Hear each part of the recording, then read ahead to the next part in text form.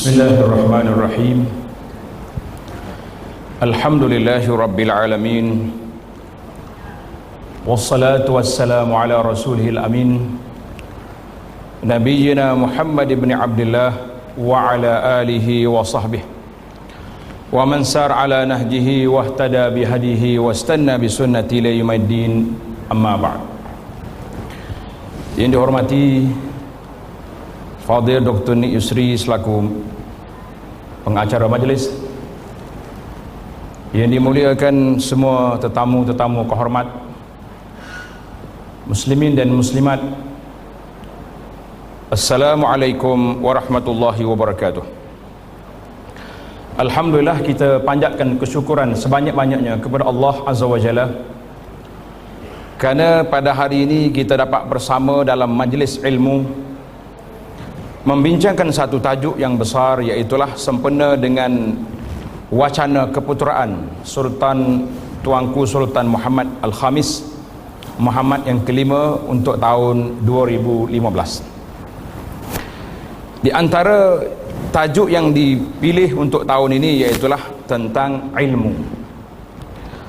Mungkin para jemaah ataupun para peserta tertanya-tanya tentang kedudukan plan induk transformasi ummah ini, iaitulah ada beberapa perkara yang disebut, di antaranya ilma ataupun ilman.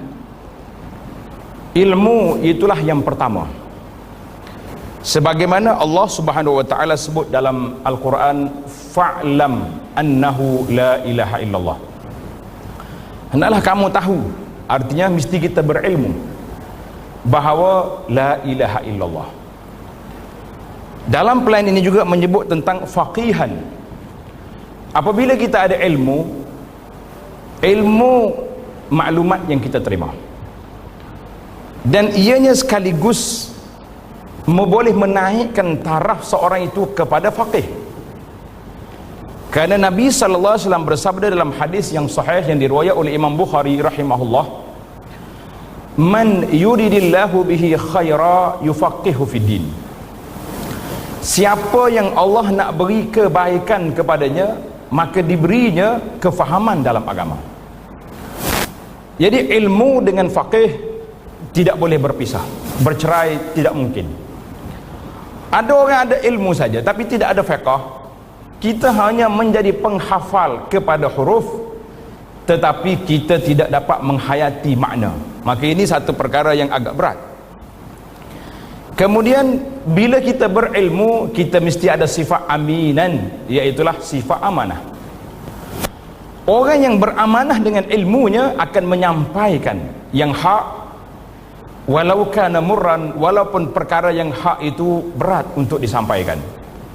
Mungkin berbeza dengan kehendak nafsu kita, mungkin bercanggah dengan apa yang dibuat di tempat kita, oleh sama ada dari pihak pemerintah ataupun amalan-amalan yang dibuat oleh masyarakat.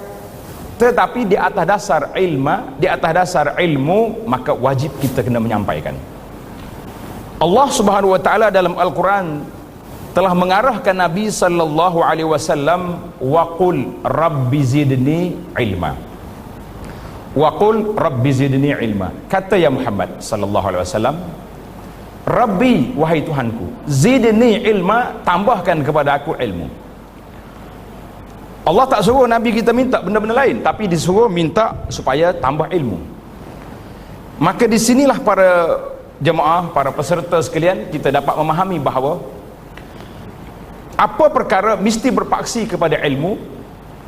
Dan Allah Subhanahu wa taala mencerca satu golongan dalam surah Al-Fatihah sebagaimana yang menjadi bacaan wajib kepada kita, yang rasminya 17 kali satu hari satu malam, iaitu ihdinas siratal mustaqim, siratal ladzina an'amta alaihim ghairil maghdubi alaihim waladdallin.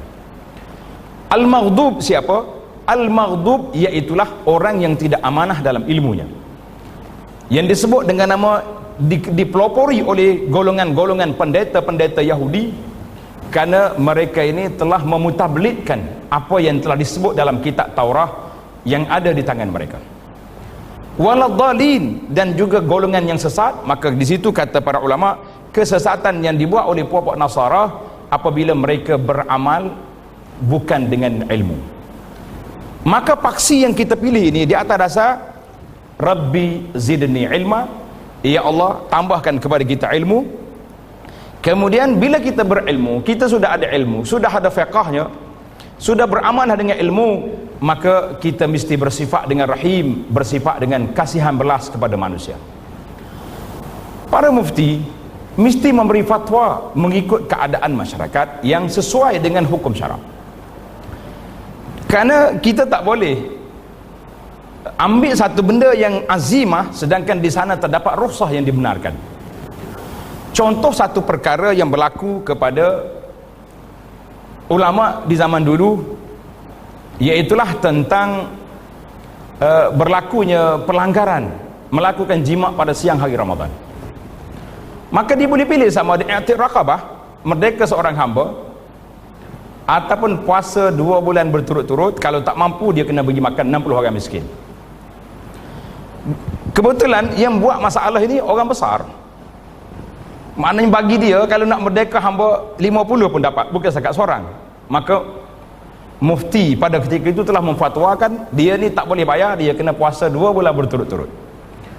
Maka ini dibantah oleh para ulama. Ulama mesti bersikap amin dan rahim di dalam melaksanakan hukum yang ada pada mereka kalau mereka mampu untuk berbicara sedemikian. Kerana kata Aisyah radhiyallahu anha, Nabi sallallahu alaihi wasallam akan memilih pandangan yang mudah, aisaruha, kalau dianya tidak bercanggah dengan syarak.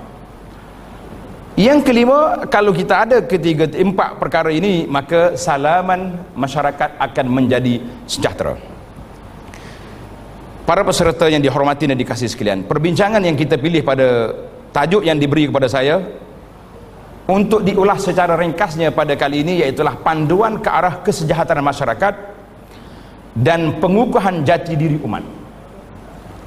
Kita hari ini duduk dalam masyarakat. Masyarakat, apa makna masyarakat? Bila disebut tentang masyarakat, dalam bahasa Arab disebut dengan nama al-mujtama'. Dalam bahasa Arab, masyarakat itu disebut dengan nama al-mujtama', maknanya satu kumpulan manusia yang duduk dalam keadaan mereka itu bercampur. Itu dia panggil masyarakat. Dalam bahasa ahli fikir Islam, mereka mengatakan al-insanu madaniyun bi tab'ihi. Manusia itu adalah bermasyarakat secara semula jadi. Mana ada manusia boleh duduk seorang? Tak boleh. Paling tidak dia kena duduk dengan isteri. Duduk dengan isteri tak berapa lama nak anak. Sebab itulah kita tengok sahabat-sahabat kita yang berkahwin lambat dapat anak, puas pergi. Ada yang pergi cari bomoh, ada yang pergi cari doktor dan sebagainya. Ada yang terjebak dengan benda-benda yang tidak baik apabila mereka terlalu tamak nak kepada anak sehingga sampai pergi kepada bomoh-bomoh yang tidak diizinkan oleh syarak cara perobatannya. Maka dia panggil masyarakat, iaitulah orang digunakan kepada komuniti manusia yang tinggal bersama-sama, itu masyarakat. Yang kita nak bincang di sini, bagaimana masyarakat yang wujud atas dunia ini untuk kita mencari kesejahteraan. Maka kita pergi kepada model yang telah ditunjuk oleh baginda Nabi sallallahu alaihi wasallam yang disebut dengan nama ummah. Ummah, kuntum khaira ummatin.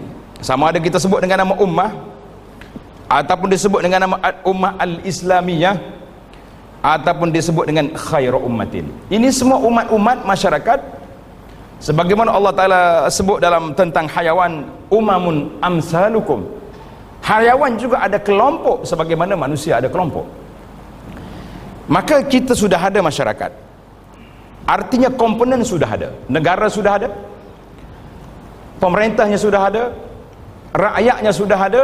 Tetapi bagaimana kita nak mencari keselamatan kepada masyarakat supaya mereka ini hidup aman damai di dalam kumpulan yang ada pada mereka. Jadi tak mungkin kita kata orang ni suka-suka je, dia boleh buat undang-undang sendiri, boleh buat undang sendiri. Maka Allah Subhanahu Wa Taala yang menciptakan manusia, Allah Subhanahu Wa Taala tahu bagaimana nak menyelesaikan masalah manusia. Maka diberinya panduan kepada kita dalam ayat yang dibaca, a'udzubillahi minasyaitanirrajim, alladzina immakkannahum fil ardi aqamus salah wa atawuz zakata wa amaru bil ma'rufi wa nahaw 'anil munkar walillahi 'aqibatul umur. Iaitulah orang-orang yang jika kami teguhkan kedudukan mereka di muka bumi, apa namanya, tamkin. Allah beri kepada kita kekuasaan, Allah beri kepada kita kekuatan, Allah Ta'ala beri kepada kita kuasa untuk membimbing manusia menjadi pemerintah yang disebut dengan nama khalifah fil ardi, khalifah di muka bumi. Kita tidak sebut kita ni sebagai khalifah Allah, sebab Allah Ta'ala tidak perlu pada khalifah pengganti. Allah sendiri sebut dalam Quran khalifatan fil ard, kamu manusia menjadi khalifah, menjadi pemimpin yang memakmurkan bumi ini. Itu maksud khalifah. Jadi orang-orang ini makkannahum fil ardi, apabila kami beri kepada mereka kekuasaan, apa yang mereka buat? Aqamus salah, mereka mendirikan salat. Ini diantara ciri-ciri keistimewaan umat ini, khairiyatil ummah, kebaikan umat ini duduk di mana? Apabila masyarakatnya mendirikan salat. Wa atawuz zakat, menunaikan zakat. Sebab apa? Manusia dia tak boleh senang hidup seorang dia. Kalaulah harta yang kita dapat semua kita masuk poket kita, tak ada bahagian orang lain, maka dibimbangi ada di kalangan manusia ini yang sifat bakhil. Maka Allah SWT sediakan hak orang fakir miskin awal-awal lagi, iaitulah disebut dengan nama zakat. Kalau kita fikir tentang zakat, 1/40, terlalu sedikit daripada harta yang kita dapat, kita hanya beri sumbangan 1/40. Dan di antara kerja kita lagi, wa amaru bil ma'ruf, menjalankan tugas amar ma'ruf, wa nahau 'anil munkar, dan mencegah perkara-perkara yang tidak baik. Artinya tugas ini tugas ummah, tugas masyarakat. Yang kita bimbang hari ini para peserta sekalian, para duyuful kiram, apabila masalah membawa kebaikan, kita semua rasa suka nak ajak orang buat baik. Tapi bila sampai kepada peringkat nak engkar kemungkaran, kita akan tunjuk tangan kita kepada pegawai agama. Ini kerja pencegah maksiat, ini kerja penguat rasa agama. Sampai kita ada pantun yang dibuat oleh orang Melayu ni, saya rasa tuan-tuan dan puan-puan kena fikir juga, pantun ni boleh guna tak boleh guna. Iaitulah pantun tak boleh jaga tepi kaya orang. Bila kita bagi tahu orang ni buat maksiat ni, tak boleh jaga kaya orang. Yang jadi masalahnya kadang-kadang bukan tepi, masuk dalam dah tu. Kita duduk main tak boleh jaga lagi. Itu masalah. Adalah perkara-perkara, saya selalu suka usik masalah pantun ini. Bila kita tanya muslimat kita ni, iaitulah pantun sayangkan anak, apa dia? Orang di mimpi jawab selalu dah, tangan-tangan. Bila tangan-tangan kan, anak mana nak duduk kat rumah? Patutnya dididik, diasuh-asuhkan. Hak ni biar muslimat ya jawab. Sayangkan isteri, tak apa nak jawab dah lah buat dia tu. Suka kena tinggal, tak mau. Habis kata buat apa? Ini masalah kita. Sebab kita kata satu benda yang kita tak tengok impak dia, tak tengok dia punya kesan. Patutnya sayangkan isteri, janganlah suruh tinggal. Pandai-pandailah tuan-tuan sambung saya tu. Ini cerita dia, Pak. Jadi masalah bila kita kata masyarakat ini nak menjadi keselamatan pada masyarakat, tak boleh kita kata ini kerja orang, kerja lah. Kita kata inilah kerja bersama yang akan saya sebut dalam beberapa ciri yang kita akan fokuskan kepada beberapa ciri keselamatan dalam masyarakat Islam, apa yang patut kita fokus. Walillahi aqibatul umur, dan kepada Allah Ta'ala lah akhir segala pekerjaan. Kita sebagai seorang yang makhluk Allah Ta'ala yang beriman kepada Allah, kita semua tahu bahawa akhir pekerjaan kita duduk di mana? Ilallah, kepada Allah Azza wa Jalla. Maka masyarakat yang kita nak bina, yang kita bimbing, yang kita nak idam-idamkan, yang kita nak mencari masyarakat yang selamat. Tadi tuan-tuan sudah dengar pembentangan yang ketiga tadi, bahawa berapa besar, berapa banyak kita punya belanja nak menyelesaikan kes bunuh. Berapa banyak kita kena menghabiskan belanja nak menyelesaikan masalah curi kereta, masalah rompakan, masalah grogol dan sebagainya. Sampai berjuta-juta. Kenapa sampai begitu sekali? Sebab apabila kita kehilangan punca yang asal, apabila kita ilmu yang kita paksikan tidak sampai kepada ilmu yang dicurahkan oleh Allah Azza wa Jalla kepada kita, maka ketika itu kita nampak kepincangan yang besar. Sebab apa dalam Islam tidak ada bebanan yang berat. Apabila kes-kes kesalahan jenayah itu telah disabitkan dengan mekanismenya yang begitu ketat, maka orang ini tidak berhak lagi untuk kita letak dia di atas muka dunia, dan dia kena duduk fabatnul ardi khairum min zahriha, kata di para ulama atau dalam asar, batnul ardi khairum min zahriha, perut bumi lebih baik daripada duduk di atas belakangnya. Maka Rasulullah sallallahu alaihi wasallam sebagai model, sebagai contoh yang begitu besar, telah menyatakan kepada kita dalam beberapa hadis yang banyak tentang bahayanya bila masyarakat tidak menjalankan tugas. Apabila masyarakat tidak menjalankan tugas amar ma'ruf dan nahi mungkar, pada ketika itu apabila turunnya bala Allah Azza wa Jalla, maka orang-orang yang baik di kalangan kita berdoa, la yustajabu lahu, tidak lagi diperkenankan doa mereka. Jadi sebelum berlaku baru kita buat.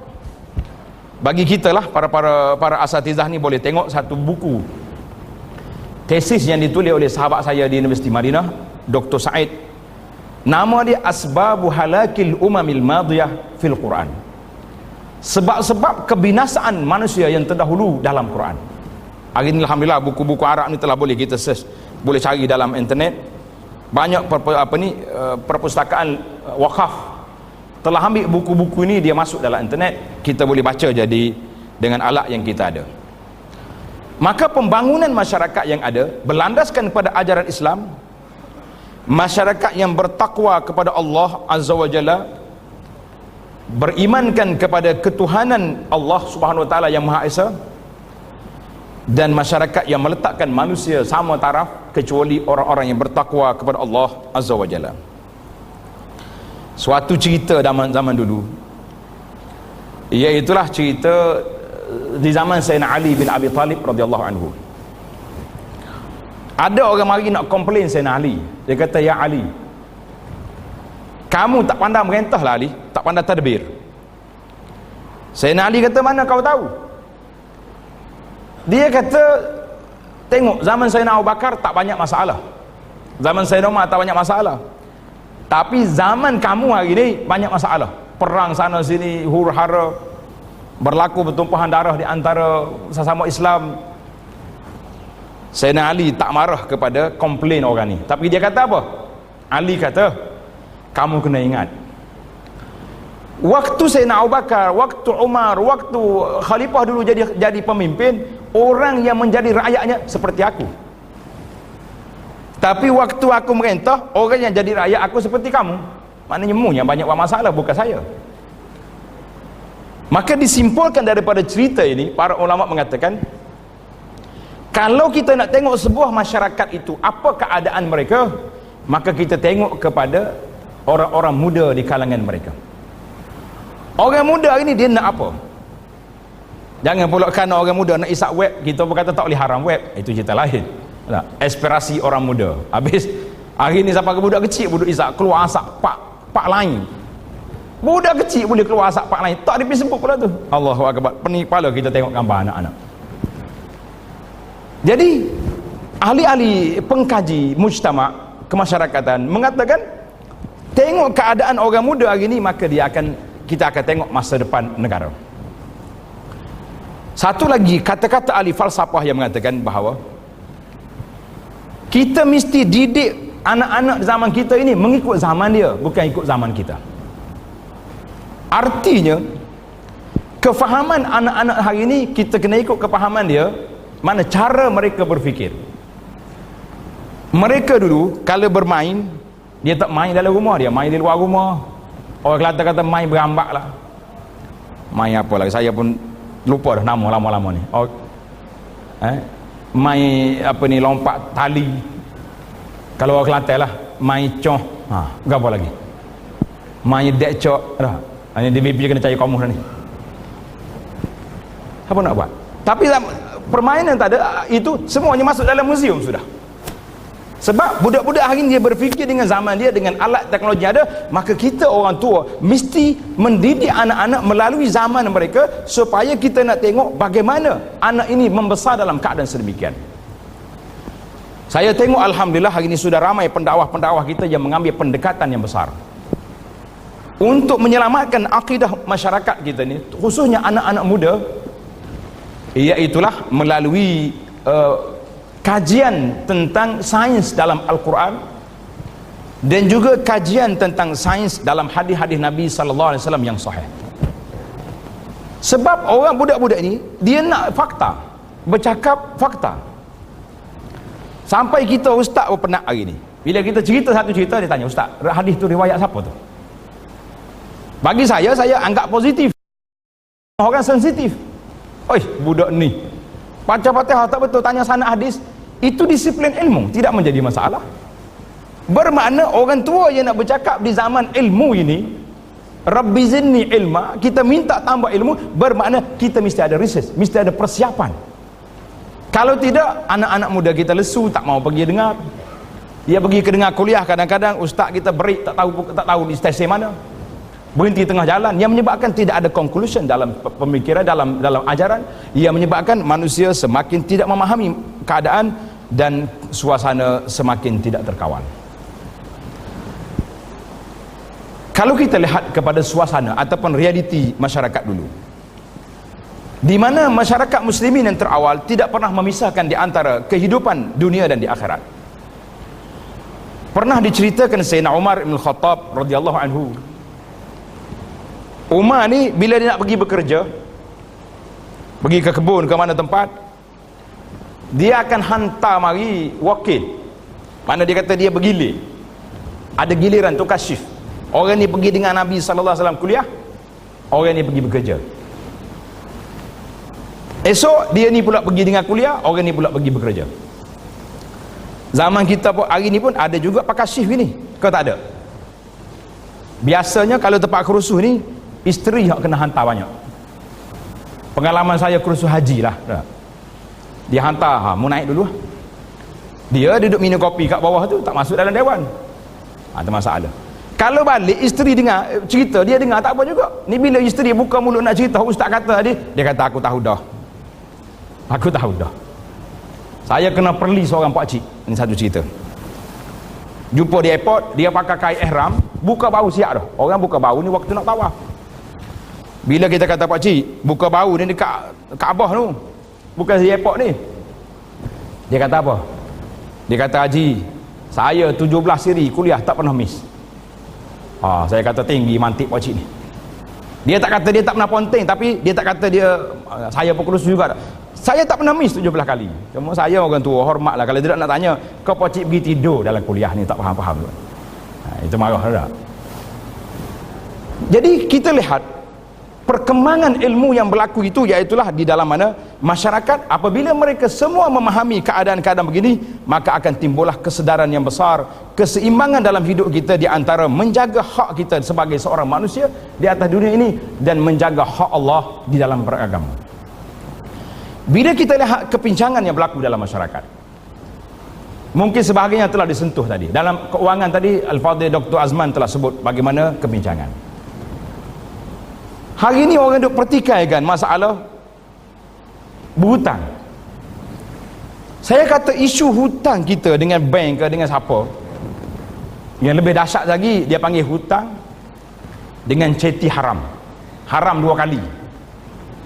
Haram dengan Tuhan, haram dengan kerajaan. Ahlum dia panggilkan. Itu dia panggil ceti haram dua kali. Hak ni dahsyat betul.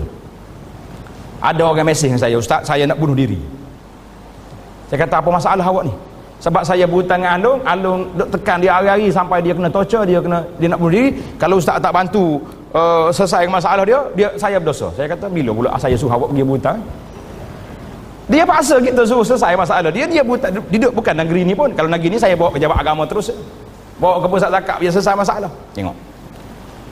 Jadi tekanan-tekanan yang ada kadang-kadang yang menyebabkan tekanan mari daripada sifat ketamakan kita. Sifat tamak tu yang menyebabkan kita rasa orang beli rumah 200,000 kita nak beli 500. Lepas tu mula mencari sumber-sumber yang tidak baik. Maka dalam kita hidup atas dunia ni sama satu masyarakat yang adil, yang baik, iaitulah masyarakat yang duduk dalam suasana mereka tahu apa yang sepatut dia buat. Kalau kita duduk dalam suasana kita tak tahu apa yang kita buat, kita ikut dia panggil imma'ah, kita ikut orang saja, maka tidak akan terlaksana masyarakat yang harmoni. Sebagaimana Allah gambarkan dalam Al-Quran, baldatun tayyibatun warabbun ghafur, dalam surah As-Saba. Tuan-tuan dan puan-puan boleh buka dalam Al-Quran surah As-Saba ayat 15 dan 16. Allah gambarkan kepada kita, laqad kana li sabain, bagi pokok Sabak itu fi maskanhim ayatun, dalam negeri mereka tu ayah, kebun-kebun pokok-pokok yang begitu subur. Tapi apa nak buat, Allah SWT kata washkuru lahu baldatun tayyibatun warabbun ghafur, adalah kamu syukur kepada Allah. Apa nak buat, fa'aradu, apabila mereka tak syukur, fa'arsalna alaihim sailal arim, maka kami hantar kepada mereka banjir yang begitu dahsyat. Banjir tempat kita ni dahsyat dah, tuan-tuan dengar cerita kan. Tapi saya anggap itu nak banding dengan sailul arim, banjir yang besar macam tsunami, lebih teruk lagi. Itu pun kita rasa berat. Air ziarah baru tu, dia mari melawat 3 hari pergi, kampung lain pula tenggelam 3 hari. Itu pun kita rasa kelang kabut. Sampai hari ni saya tak tahu kenapa manusia hari ni sangat-sangat kelang kabut.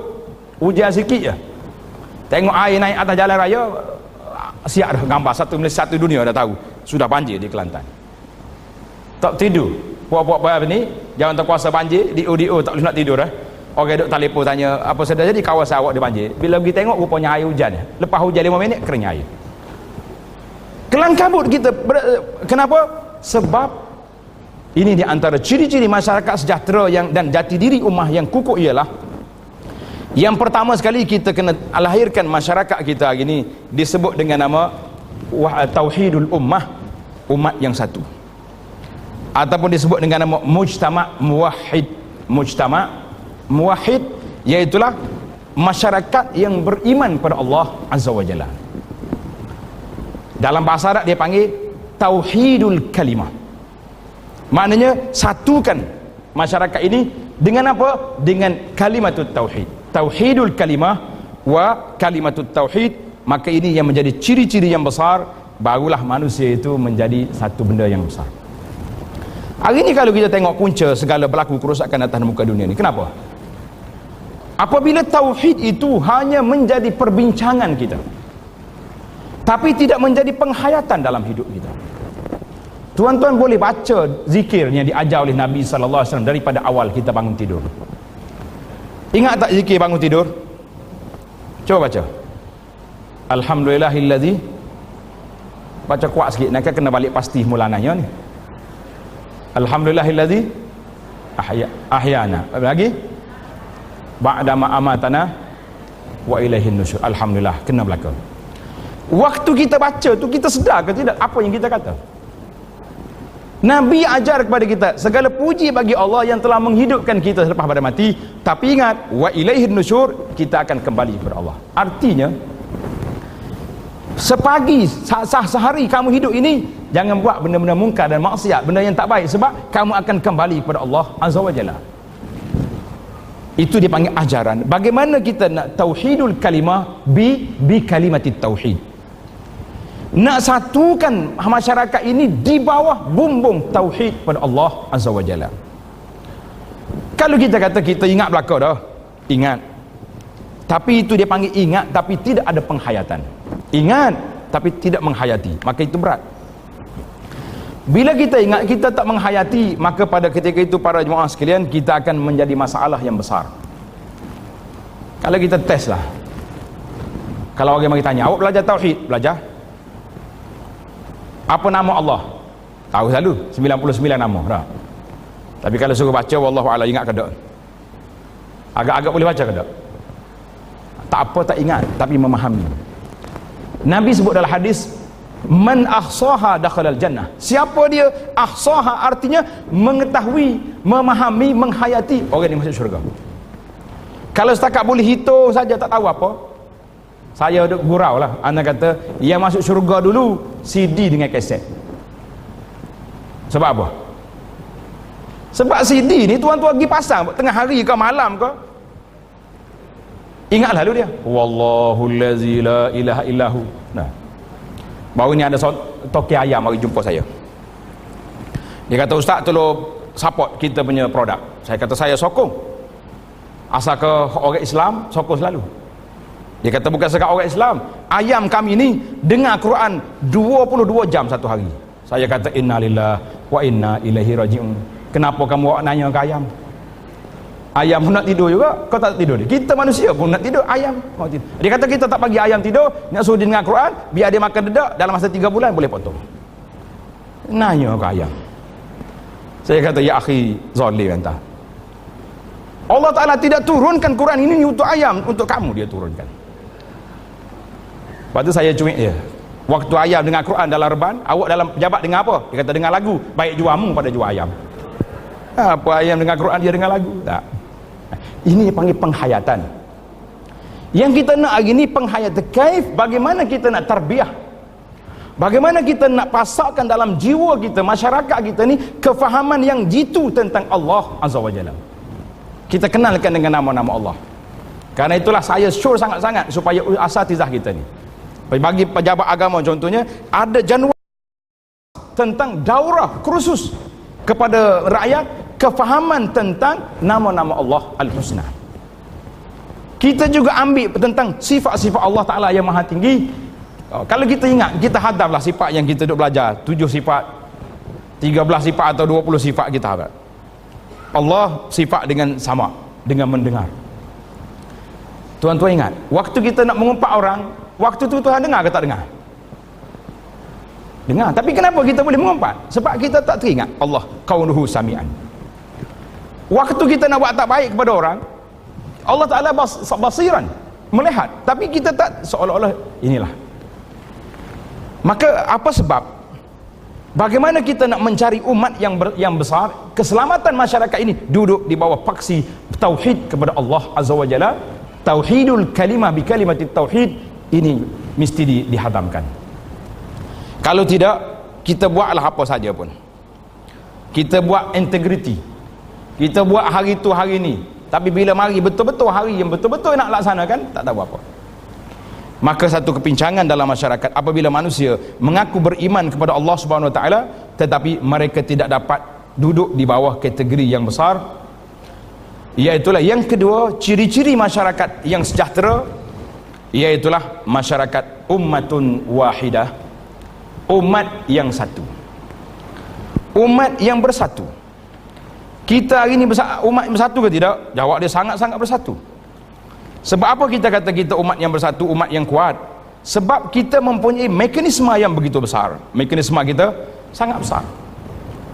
Alat untuk bersatu cukup banyak. Tuan-tuan bayangkan, alat untuk bersatu cukup banyak. Fenomena wahdah dalam masyarakat Islam, dia panggil wahdatul ummah ataupun ummatun wahidah. Wahdatul ummah maknanya umat satu, ataupun ummatun wahidah, umat yang satu. Kesatuan umat dengan umat yang satu. Kalau kita nak kata kita orang Islam ni tak cukup alat, sebagaimana yang berlaku pada kita hari ini, kita ditimpa oleh penyakit yang besar. Bila nak mari nak buat masalah disiplin, susunan, terpaksa 5S diimport daripada Jepun. Ambil daripada Jepun sampai sini, ustaz-ustaz pula kena cari ayat Quran pula nak pasang. S apa dia? Susun, sisih. Enggak apa lagi? Sushi apa benda? Sushi ya, boleh makan dah. Lain tak jadi apa, mari daripada Jepun. Nak kata apa? Les, orang nak tanya, les kita. Kenapa? Kita tak boleh ambil ayat Quran, barulah kita masukkan cerita tadi, diistimbatkan daripada Al-Quran, bukan kita bawa balik daripada Jepun, cari Quran nak suruh endorse benda yang tersebut. Sebab kita kehilangan jati diri yang besar apabila fenomena wahdatul ummah, di bawah kelompok bumbung ummatun wahidatun itu tidak dilaksanakan, maka ketika itu kita nampak kita bercerai-berai dengan begitu besar. Satu syair yang ditulis oleh seorang tokoh penyair. Saya sebenarnya tak apa suka baca syair ni, tapi syair ni realiti. Tuan-tuan yang bahasa Arab boleh dengar. Dia kata, aku tulis 2 bait syair ini setelah aku mengembara melihat suasana yang berlaku. Maka dia khulasah dia tulis 2 bait syair. Dia kata, bahastu anil adyani fil ardi kulliha wajubtu biladallahi gharban wa masyriqa falam arakal islami ad'a li ulfatin wala misla ahlihi asyaddu tafarruqa. Subhanallah. Bahastu anil adyan, aku telah semak agama-agama yang ada atas dunia ni. Wajubtu biladallah, aku telah mengembara di atas muka bumi Allah Ta'ala, ke timur dan ke barat. Falam arakal islami ad'a li ulfatin, aku tak nampak Islam lah yang mempunyai mekanisme untuk berkasih sayang. Wala misla ahliha asyaddu tafarruqa, tetapi penganutnya lah yang banyak sekali berpecah belah. Ini realiti yang berlaku hari ini. Kalau kita nak tengok apa yang ada pada kita, alat sudah cukup dengan solat berjamaah saja. Solat jemaah meruntuhkan semua perbezaan taraf dan darjat. Contohnya imam kita ni orang biasa, orang kampung. Mari belakang dia syekh kabir, ustaz besar mari dulu. Tuan guru duduk belakang dia. Walaupun dia tuan guru, walaupun dia syekh kabir, dia tak boleh sujud dulu daripada imam. Tak kata awak orang kampung, saya pun sujud dulu aku. Dah. Ni lah. Dan dia tak boleh mula salat dulu daripada imam. Bermakna mekanisme untuk kita bersatu, wahdatul ummah di dalam agama ini sudah besar. Tetapi kenapa kita tidak bersatu? Sebab kita nampak masyarakat kita ni tidak menghayati apa yang ada. Tersebut dalam hadis, Nabi kata, la tusawwana sufakum, hendaklah kamu betulkan saf kamu, au la yukhalifanallah, ataupun Allah Ta'ala tak satukan hati kamu.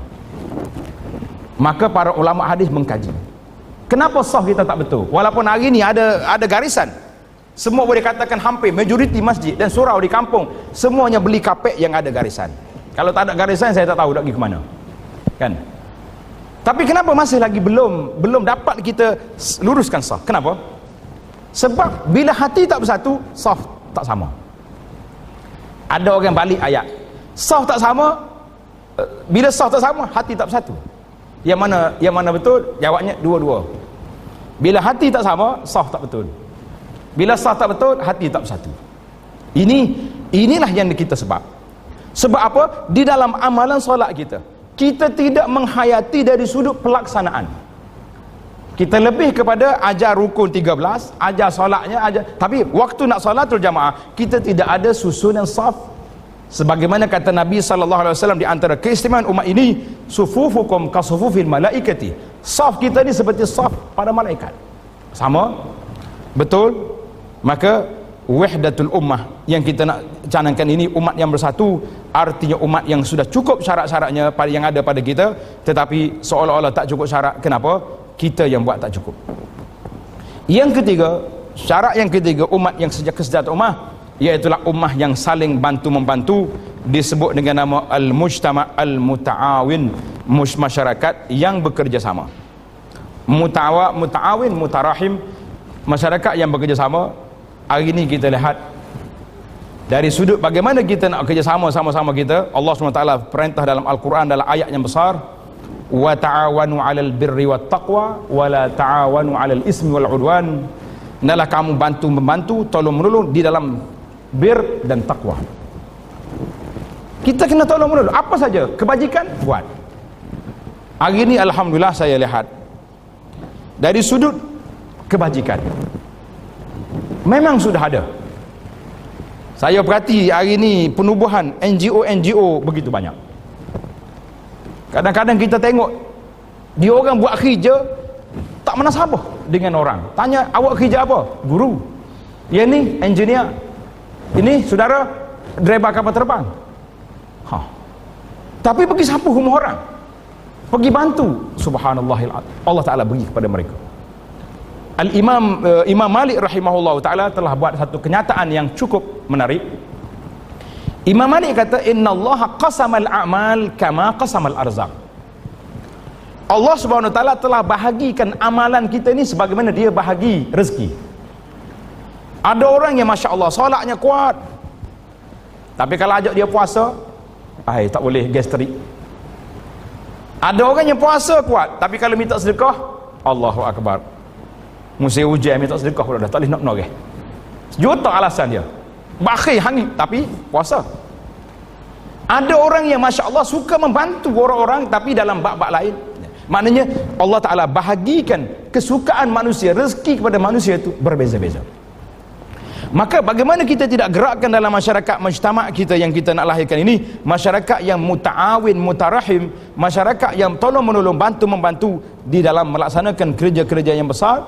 Terlalu banyak hadis-hadis yang menyebut kepada kita tentang kelebihan memberi bantuan kepada orang-orang yang susah, kelebihan mengajak manusia kepada kebajikan. Maka ini semua memberi peluang kepada kita para peserta sekalian bahawa masyarakat kita sudah ada mekanisme yang besar, sudah cukup apa yang dia ada di antara manifestasi saling membantu dan menghormati satu sama lain, iaitulah menghormati orang tua, menyayangi orang-orang muda, membantu mereka yang memerlukan dan menghilangkan beban kesusahan daripada mereka.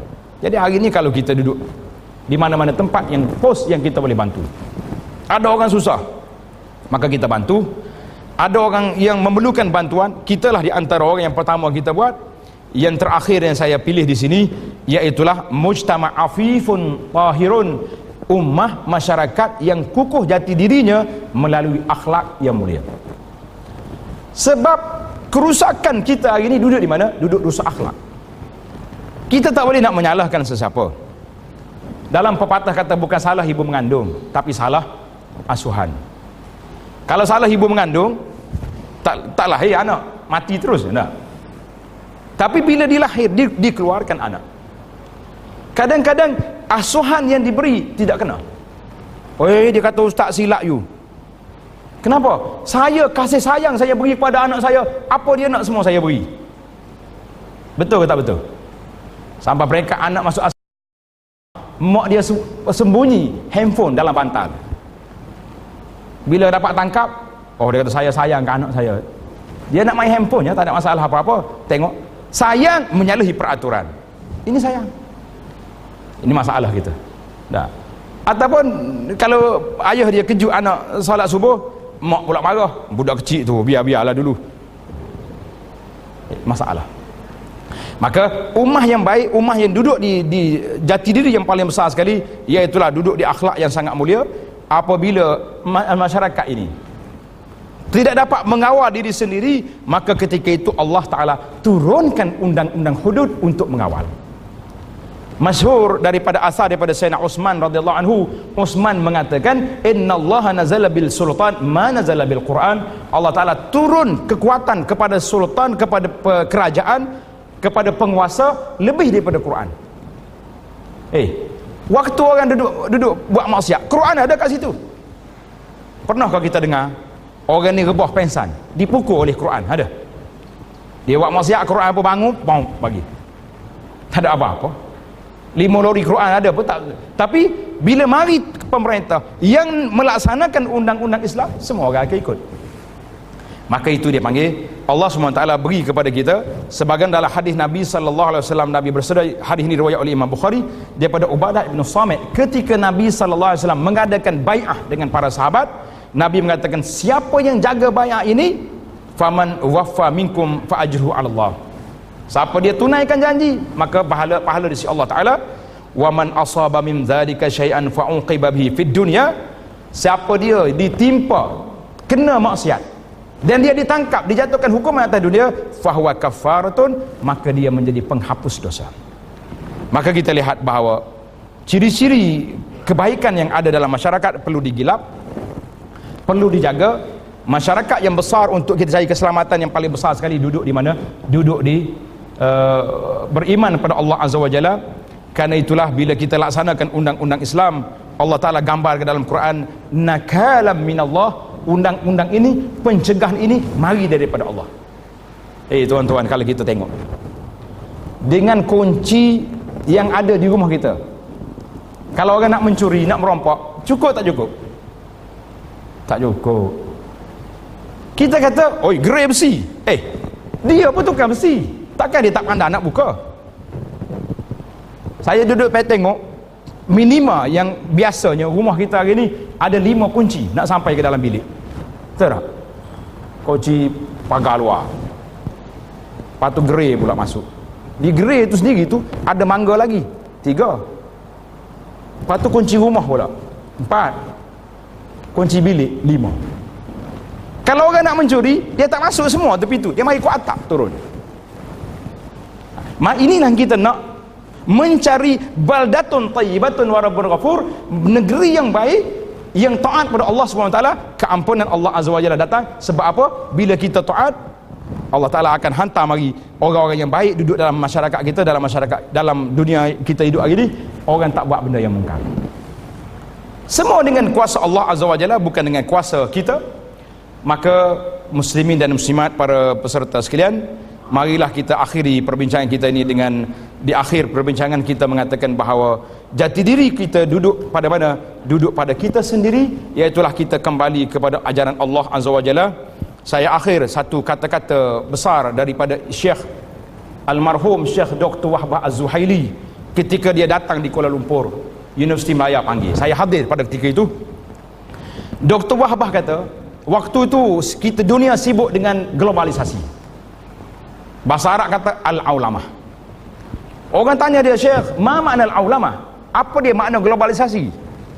Syekh Dr. Wahbah, Allah yaghfir lu, senyum. Dia kata, dengar, aku nak bagi tahu. Ketika dia nak bagi tahu, semua orang keluar pen, nak tulis. Apa Syekh Wahbah nak kata? Wahbah kata apa?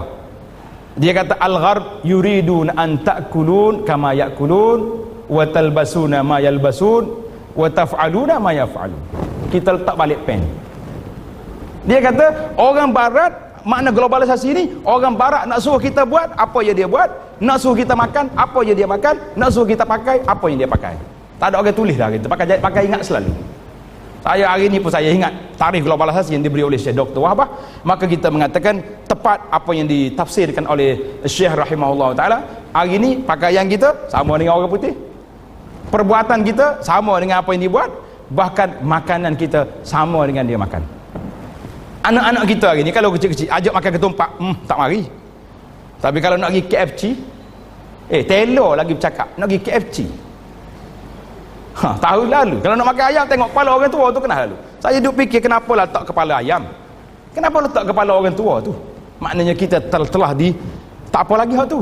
Hak ni saya minta sangat-sangat dengan pegawai agama, dengan pihak di Dewan Bahasa, dengan siapa yang ada undang-undang, supaya hapuskan satu menu dalam dunia hari ni, iaitulah hot dog. Berat kita kadang-kadang. Dalam anak kata, abah berhenti sekejap. Kata, nak apa? Minta duit RM3 nak pergi beli hot dog. Abah baru sudah kuliah di surau. Abah dia kata, beli ke abah seputih sekali dengan ustaz-ustaz, abah have hot dog juga. Dah. Tolonglah hapuskan kata-kata ni, sangat jijik bagi kita najis muka Allah tu ni. Kalau tengok orang anak Melayu dukung anjing, satu dunia bising. Tapi kita makan main-main je. Subhanallah. Hari tu satu kedai di Mekah tulis hot dog. Saya panggil tuan kedai, saya kata, berat mu ni, dia pergi Kaabah mu makan benda ni. Dia kata dagingnya, tapi nama tu nama apa? Jauh. Inilah masyarakat yang ada pada hari ini. Macam mana kita nak menyelamatkan masyarakat daripada benda mungkar, benda maksiat, bahkan nama-nama yang ada ini, walaupun asal makanan itu halal, tetapi para ulama kata tidak boleh. Sehingga dalam kitab-kitab fatwa mengatakan, kalau orang ni pegang botol air segelas, air kosong, air mineral, tapi dia niat minum arak, berdosa orang itu makan. Macam mana kita makan benda-benda yang pelik macam ni? Jadi setakat itulah masa